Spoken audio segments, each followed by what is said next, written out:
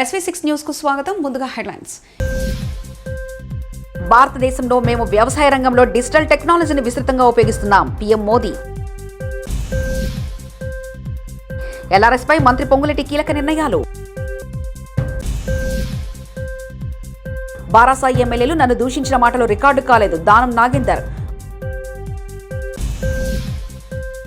YS Jagan గారు party మీకు ఎల్లవేళలా అండగా ఉంటుందని కార్యకర్తలకు భరోసా ఇచ్చారు. పేర్ని నాని. ఒక బహిరంగ సభను ఉద్దేశించి పీఎం మోదీ మాట్లాడుతూ భారతదేశంలో మేము వ్యవసాయ రంగంలో డిజిటల్ టెక్నాలజీని విస్తృతంగా ఉపయోగిస్తున్నాం. పీఎం కిసాన్ సమ్మాన్ నిధి ద్వారా ఒకే క్లిక్తో 10 కోట్ల మంది రైతుల బ్యాంకు ఖాతాలకు నిధులు బదిలీ చేయబడతాయి. మేము నిర్మిస్తున్నాం. డిజిటల్ పంటల సర్వేల కోసం డిజిటల్ పబ్లిక్ ఇన్ఫ్రాస్ట్రక్చర్ రైతులకు రియల్ టైం సమాచారాన్ని అందిస్తుంది. ఈ చొరవ మిలియన్ల మంది రైతులకు ప్రయోజనం చేకూరుస్తుంది మరియు వారి ఆర్థిక పరిస్థితిని మెరుగుపరుస్తుంది. पैसे ट्रांसफर हो जाते हैं.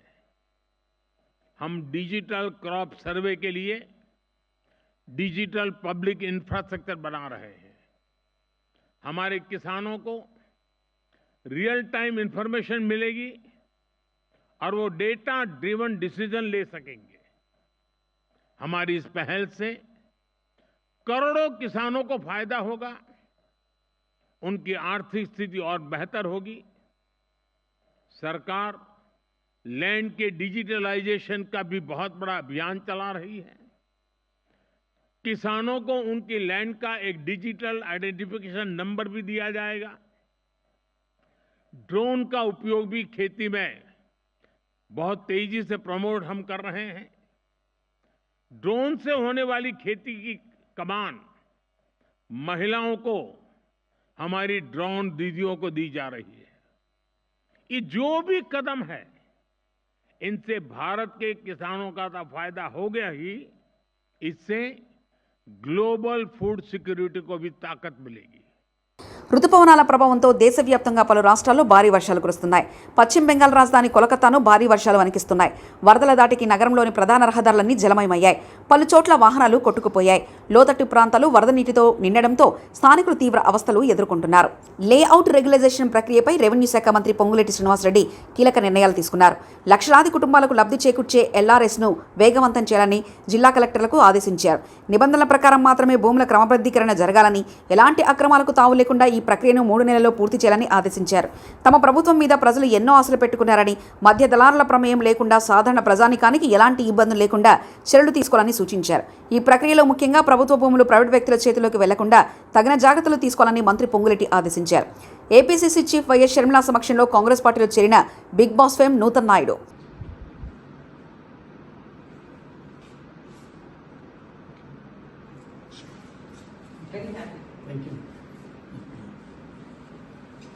దానం నాగేందర్ను టీషర్ట్ వేసుకొని పౌడర్ కొట్టుకుని తాజ్ కృష్ణాలో తిరిగినట్లు, ఇండోర్ గేమ్స్ ఆడినట్లు అనుకుంటున్నావా ఏంది? పాడి కౌశిక్ రెడ్డి.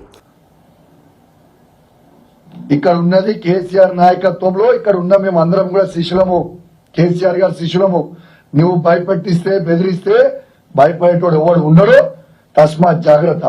నీకు ఇజ్జత్ ఉంటే, సిగ్గుంటే, శరం ఉంటే, లజ్జ మానం ఉంటే కేసీఆర్ గారు పెట్టిన భిక్ష అది నీకు ఎమ్మెల్యే పదవి. నీకు దమ్ముంటే రిజైన్ చేసి పార్టీ మారు. రిజైన్ చేసి పార్టీ మారి వేరే పార్టీ నుంచి వచ్చి గెలిచినాక మాట్లాడు. సిగ్గు లేకుండా మా బీఫా మీద గెలిచి నువ్వు మాట్లాడుతున్నావు, ఇష్టం ఉన్నట్టు మాట్లాడుతున్నావు. మేము సవాల్ విసురుతున్నాం. నువ్వు రిజైన్ చేసి మళ్ళా పోటీ చేయి. కానీ నువ్వు ఆడి నుంచి ఉండి మా శాసనసభ్యులని మమ్మల్ని బెదిరిస్తే భయపడేటోళ్ళు ఎవరు లేరని తెలియజేస్తూ, మరియు యావత్ తెలంగాణ లోకానికి కూడా నేను దయచేసి వరద సహాయ చర్యలు చేపట్టడంలో కూటమి ప్రభుత్వం ఘోరంగా విఫలమైంది. వరద బాధితులు సబ్ కలెక్టర్ను సహాయక చర్యల విషయం నిలదీయడమే అక్కడున్న దారుణ పరిస్థితులకు అద్దం పడుతుందంటూ మార్గాని భరత్ మాజీ ఎంపీ వ్యాఖ్యానించారు. సహాయక చర్యలు చేపట్టడంలో తెలుగుదేశం ప్రభుత్వం పూర్తిగా వైఫల్యం చెందింది. ఎందుకు ఈ మాటలు చెప్తున్నామనంటే, గతంలో మా ప్రభుత్వం ఉన్నప్పుడు సహాయక చర్యలు కానీ, రేషన్ అందించడంలో అయితే కానీ, లేకపోతే కాంపన్సేషన్ ఇవ్వడంలో అయితే కానీ, వాళ్ళకి సుమారుగా 1 నెల రోజులు 2 నెలల పాటు వాళ్ళు డైలీ కూలీకి వెళ్ళే వాళ్ళంతా కూడా ఉపాధి కోల్పోయి, ఏదైతే రహదారులతో ఈ వరద రావడం వలన ప్రత్యేకించి ఏజెన్సీ ప్రాంతాలు. మనకి ఈ ప్రాంతాలు చూసినట్టయితే కోనవరం కానీ, దేవీపట్నం ప్రాంతం కానీ, ఇవన్నీ కూడా చూస్తే పోలవరం ప్రాజెక్టు స్టార్ట్ అయిన తర్వాత మొత్తం బ్యాక్ వాటర్స్ అంతా కూడా ఈ ప్రాంతాలకు రావడం వలన పూర్తి స్థాయిగా ఇవన్నీ కూడా ఈ ప్రాంతాలకు రావడానికి మొత్తం అంతా కూడా వరదలో చిక్కుకుపోయిన సందర్భాలు. నాకు ఒక్కటి అర్థం కాని అంశం ఏంటంటే, వీళ్ళు తెలుగుదేశం పార్టీ ఎమ్మెల్యేలు కానీ మంత్రులు కానీ కేవలం ఫోటోలకు వచ్చి వెళ్ళిపోయిన సందర్భాలు. నేను కొన్ని ప్రాంతాల్లో చూపించడం జరిగితే ఎక్కడైనా వరద బాధితులు మాకు సహాయం అందట్లేదు అని చెప్పేసి కలెక్టర్ని నేరుగా నిలదీసిన సందర్భాలు, సబ్ కలెక్టర్ని నేరుగా నిలదీసిన సందర్భాలు కూడా ఇక్కడ చూపించడం కూడా జరుగుతుంది. ఎందుచేతనంటే ఇప్పుడు దాకా నాకు తెలిసి గత ప్రభుత్వాల్లో ఈ రకమైన సందర్భాలు ఇప్పుడు దాకా జరగల.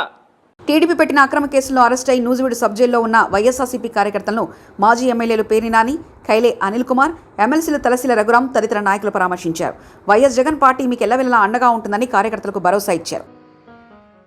తెలుగుదేశం పార్టీ ప్రభుత్వం వచ్చిన తర్వాత ప్రజలకి మేలు చేయటం సంగతి దేవుడెరుగు, ప్రజలకు ఇచ్చిన హామీల్ని నెరవేర్చడం సంగతి దేవుడెరుగు.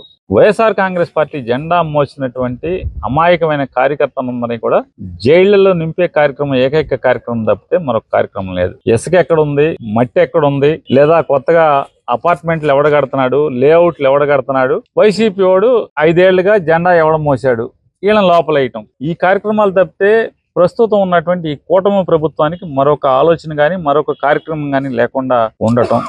మీటింగ్లు మాత్రం అమరావతి, అభివృద్ధి, సంపద సృష్టి ఇట్లాంటి పెద్ద పెద్ద పోస్కోరు కబుర్లు అయితే ప్రతి ఒక్కళ్ళు మాట్లాడుతున్నారు. కానీ తెర వెనక జరిగేదంతా కూడా మట్టి, ఇసుక, లేఅవుట్లు, అపార్ట్మెంట్లు, వైసీపీ వాళ్ళని అక్రమ కేసులతో లోపలేయటం తప్పితే మరొక కార్యక్రమం లేని దానికి ఉదాహరణ ఇవాళ నూజివీడు సబ్ జైల్లో ఉన్నటువంటి 15 మంది, లేదా గన్నవరం సబ్ జైల్లో ఉన్నటువంటి 5గురు, వీరందరినీ కూడా 2023 ఫిబ్రవరిలో తెలుగుదేశం పార్టీ వాళ్ళు వైఎస్ఆర్ కాంగ్రెస్ పార్టీ కార్యాలయం మీదకి ధ్వంసం చేయటానికి వస్తే దానికి రిటాలియేషన్ గా వీళ్ళు కూడా తిరగబడితే బెజవాడి నుంచి రౌడీలు వాళ్ళందరూ వచ్చి వైఎస్ఆర్ కాంగ్రెస్ పార్టీ ఆఫీసు ధ్వంసం చేయటానికి వస్తే దానికి తిరగబడితే అప్పుడున్న కేసులో ఇవాళ 71 మంది పోలీసులు చెప్తున్నారంట, మా వాళ్ళు చెప్తున్నారు. ఇప్పటికి ఒక 71 మంది ప్లస్ అదర్స్ అంటున్నారంట. అంటే అప్పుడేమో అదర్స్ అని పెట్టి వాళ్ళ 71 మంది ప్లస్ అదర్స్.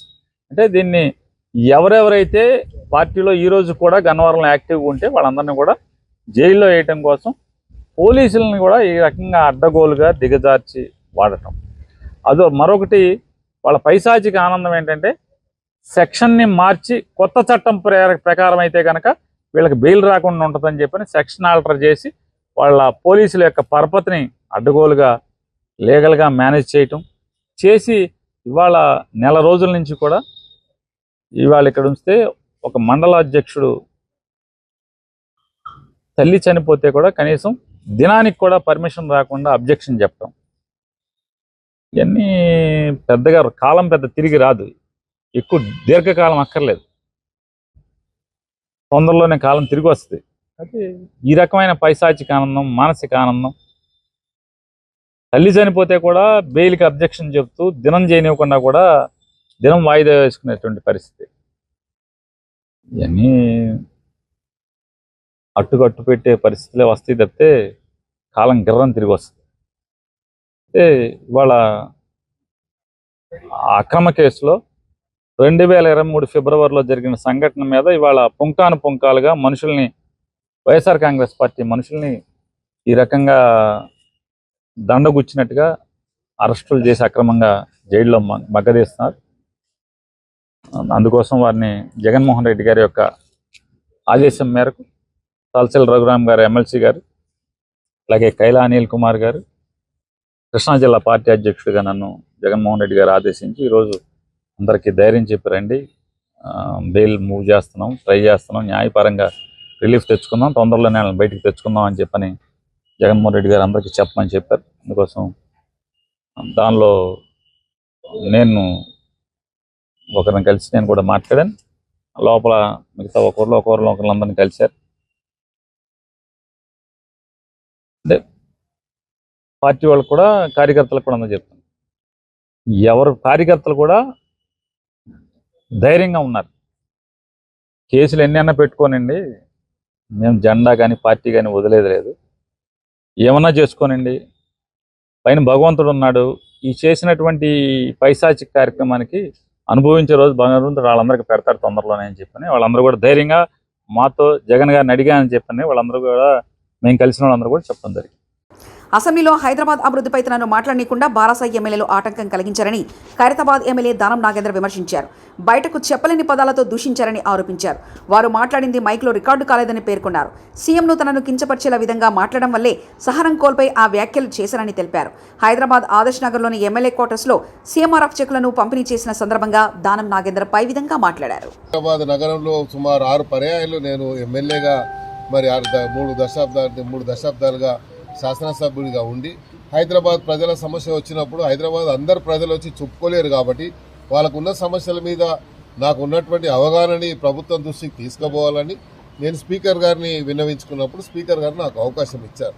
ఆ అవకాశాన్ని సద్వినియోగం చేసుకోవాలన్నటువంటి ఆలోచనతో నేను మైక్ పట్టుకోగానే అక్కడి నుంచి ఉచ్చరించనటువంటి మాటల్ని వాళ్ళు మాట్లాడుతూ వాడు వీడు అని అక్కడి నుంచి మాట్లాడుతూ ఉన్నారు. నేను మాట్లాడింది మాత్రము మైక్లో వచ్చింది, వారు అక్కడి నుంచి మాట్లాడేది రికార్డులోకి ఎక్కలేదు. అదే మా దురదృష్టం. వాళ్ళు మాట్లాడింది ముఖ్యమంత్రి గారి గురించి ఏ రకమైనటువంటి సంబోధించారు ఏకవచనంతో కానీ ముఖ్యమంత్రి గారు మేము ఎప్పుడు కూడా ఎవరిని కూడా అలాగా కించపరిచేటువంటి నైజం కలిగినటువంటి వాళ్ళం కాదు. ఎందుకంటే వాళ్ళు మాట్లాడే తీరుని దృష్టిలో ఉంచుకొనే తెలంగాణలో ఊత పదం కాబట్టి ఆ ఊత పదంగా నేను అనేసాను తప్ప ఉద్దేశపూర్వకంగా ఎవరిని అనాలని కాదు. వాళ్ళు కూడా మాకన్నా చిన్నవాళ్ళు ఎదగాలని కోరుకుంటాం, ఇంకా పైకి రావాలని కోరుకుంటాం. కానీ ఇలాగా శాసనసభ మొదలైనప్పటి రోజు నుండి శాసనసభ అని ఏది అవకాశం వచ్చినా ఆ అవకాశాన్ని సద్వినియోగం చేసుకోకుండా ఫైనాన్స్ మీద బడ్జెట్ మీద మాట్లాడే అవకాశం ఉండే, వాళ్ళ సూచనలు ఇచ్చేటువంటి అవకాశం ఉండే, ఒక ప్రతిపక్షంలో ఉన్నప్పుడు ఒక నిర్మాణాత్మకమైనటువంటి సజెషన్ ఇచ్చేటువంటి బాధ్యత ఉంటుంది. అది ఇవ్వలేదు. అదేవిధంగా అప్రోప్రియేషన్ బిల్ మీద వారు సజెషన్స్ ఇవ్వలేదు.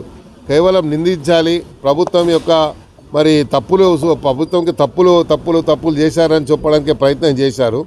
అదేవిధంగా చారిత్రాత్మకమైనటువంటి నిర్ణయం మొన్న ఒకటి వచ్చింది సుప్రీంకోర్టు ద్వారా. ఈ ఎస్సీ ఎస్టీ వర్గీకరణకు సంబంధించి ఒక హిస్టారికల్ డిసిషన్ వస్తే దాని మీద మాట్లాడకుండానే పోయారంటే వాళ్ళకు ఈ జాతి పైన ఎంత ప్రేమ ఉందో ఎంత అభిమానం ఉందో దాన్ని బట్టి మనం అర్థం చేసుకోవచ్చు. అంత మంచి అవకాశాన్ని సద్వినియోగం చేసుకోకుండా కేవలం ఒక అంశాన్ని తీసుకొని సబితా ఇంద్రారెడ్డి గారి మీద అందరికీ గౌరవం ఉంటుంది. ఆమెను ఎవరు కించపరిచారు, ఆమెను ఎవరు అవమానపరిచారు. అందరితో ఆమెకు అనుబంధం ఉంది. అందరూ ఆమెని మన ఒక అక్కలాగానో ఒక అత్తలాగానో మేము చూస్తాం కాబట్టి ఆమె మీద ఎప్పుడూ ఎవరు లేదు. ఒకవేళ అలా అని ఉంటే కూడా మేము తప్పైందని చెప్పేవాళ్ళం, కానీ అలా ఏం జరగలేదు. కానీ ఆ అంశాన్ని తీసుకొని అప్రాపరేషన్ మీద మాట్లాడలేదు. మరి ఒక ఎస్సీ వర్గీకరణ జరిగితే అంత పెద్ద వర్గీకరణ మీద మాట్లాడేటువంటి అవకాశాన్ని కూడా జారవిడుచుకున్నారు. వాళ్లకు శాసనసభ నడవాలని లేదు, శాసనసభని ఎలా అంతరాయం దాన్ని డిస్టర్బ్ చేయాలి, ఆ ప్రొసీడింగ్స్ని ఆపాలనే ప్రయత్నం జరిగేది. నిన్న జాబ్ క్యాలెండర్ ఇవ్వలేదు అని రోజు అరుస్తున్నారు. మరి డిప్యూటీ సీఎం గారు జాబ్ క్యాలెండర్ ఇచ్చిన తర్వాత ప్రొసీజర్ ఉంది, పార్లమెంటరీ ప్రాక్టీసెస్ ఏంది, శాసనసభ యొక్క వ్యవహారాల పరిస్థితి ఏందో వారికి కూడా తెలుసు. హరీష్ రావు గారు శాసనసభ వ్యవహారాలు చూసినటువంటి వ్యక్తి, ఫైనాన్స్ మినిస్టర్గా ఉన్న వ్యక్తి. శాసనసభలో ఒక స్టేట్మెంట్ ఇస్తే ఆ స్టేట్మెంట్ మీద క్లారిఫికేషన్ ఉండయి. మీకు దాని మీద ఎప్పుడైనా మాట్లాడాలంటే నెక్స్ట్ సభలో మీరు దాన్ని ఒక ఎజెండాగా తీసుకొని డిస్కషన్కి ఇవ్వమని అడగాలి. డిప్యూటీ సీఎం గారు క్లియర్గా ఎక్స్ప్లెయిన్ చేశారు, డేట్ వైజ్గా డిక్లేర్ చేశారు. అంతా క్లియర్గా చెప్పిన తర్వాత కూడా వాళ్ళు వినలేదు. సరే మరి భారతదేశంలో మేము వ్యవసాయ రంగంలో డిజిటల్ టెక్నాలజీని విస్తృతంగా ఉపయోగిస్తున్నాం. పీఎం మోదీ. ఎల్ఆర్ఎస్ పై మంత్రి పొంగులేటి కీలక నిర్ణయాలు. బారాసాయి ఎమ్మెల్యేలు నన్ను దూషించిన మాటలు రికార్డు కాలేదు. దానం నాగేందర్. వైఎస్ జగన్ గారు పార్టీ మీకు ఎల్లవేళలా అండగా ఉంటుందని కార్యకర్తలకు భరోసా ఇచ్చారు. పేర్ని నాని. ఇవి బులెటిన్ విశేషాలు. చూస్తూనే ఉండండి SV6 న్యూస్.